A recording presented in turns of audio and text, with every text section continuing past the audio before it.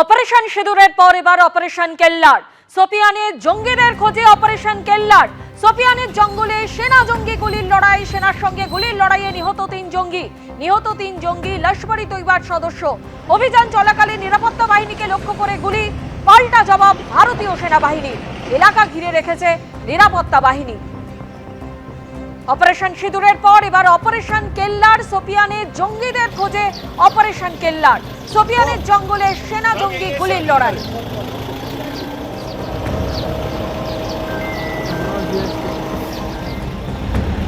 সেনার সঙ্গে গুলির লড়াইয়ে নিহত তিন জঙ্গি লস্কর-ই তৈবার সদস্য বলে জানা যাচ্ছে।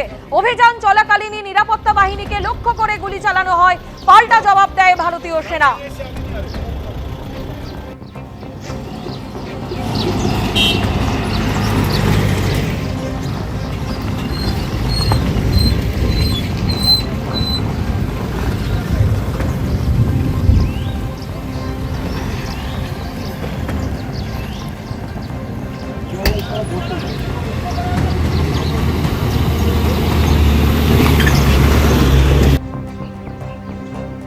সোপিয়ানের জঙ্গলে সেনা জঙ্গি গুলির লড়াই। এই মুহূর্তে গোটা এলাকা ঘিরে রেখেছে সেনাবাহিনী।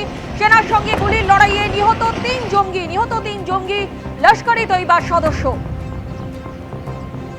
টেলিফোনে আমাদের প্রতিনিধি সন্দীপ সরকার রয়েছেন আমাদের সঙ্গে। সন্দীপ, কি পরিস্থিতি এই মুহূর্তে? দেখো, গোটা জঙ্গলকে ঘিরে রাখা হয়েছে। সিআরপিএফ কর্ডন অফ করে রেখে দিয়েছে। একটা নির্দিষ্ট দূরত্বের পরে আর সংবাদ মাধ্যমকে যেতে দেওয়া হচ্ছে না। জঙ্গলের মধ্যে এখনো সার্চ অপারেশন চলছে। চুরুনি তল্লাশি করে দেখা হচ্ছে যে এই তিন জঙ্গি কোথাও আত্মগোপন ছিল, তাদের হাইড আউটে কি কি গ্যাজেট রয়েছে, এই সমস্ত কিছু কিন্তু পরীক্ষা করে দেখা হচ্ছে।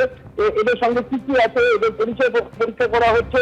এরা কতদিন ধরে আছে, আশপাশের অঞ্চলের মানুষ এদেরকে চেনেন কিনা, এদের পরিচয়টা কি, কিভাবে এরা জঙ্গলের মধ্যে আত্মগোপন করে রইলে এদেরকে সহযোগিতা করছে, এই সবটা কিন্তু খতিয়ে দেখা হচ্ছে। এখনো পর্যন্ত এই তিন জঙ্গি লস্কর-ই তৈবার জানা গিয়েছে। তাদের বিস্তারিত পরিচয় জানার চেষ্টা চালাচ্ছে ভারতীয় সেনাবাহিনী। এই মুহূর্তে ওই জঙ্গল সম্পূর্ণ ঘিরে রাখা হয়ে বিভিন্ন দিকে তল্লাশি চলছে। তিন জঙ্গিকে নিকেশ করা গিয়েছে।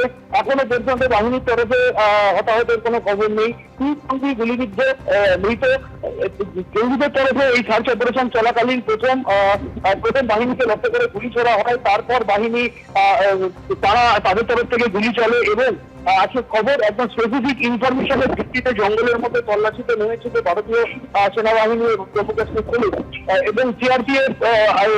পুরো রাস্তা কর্ডন অফ করে রেখে দেয় এবং যান চলাচল বন্ধ করে দেওয়া হয়। যে জায়গায় এই ঘটনা ঘটেছে সেই জায়গাটা অত্যন্ত দুর্গম। সড়ক পথ থেকে মোটামুটি ভাবে 2 কিলোমিটার পায়ে হেঁটে তারপর বাহিনীকে জঙ্গলের মধ্যে প্রবেশ করতে হয়েছে।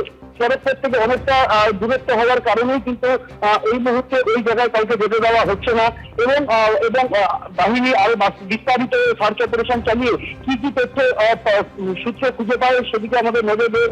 আর কিছুক্ষণ পরেই এই জঙ্গিদের পরিচয় সম্পর্কে বিস্তারিত তথ্য পাওয়া যাবে বলে সূত্রের খবর। সন্দীপ, তুমি আমাদের সঙ্গে থাকো।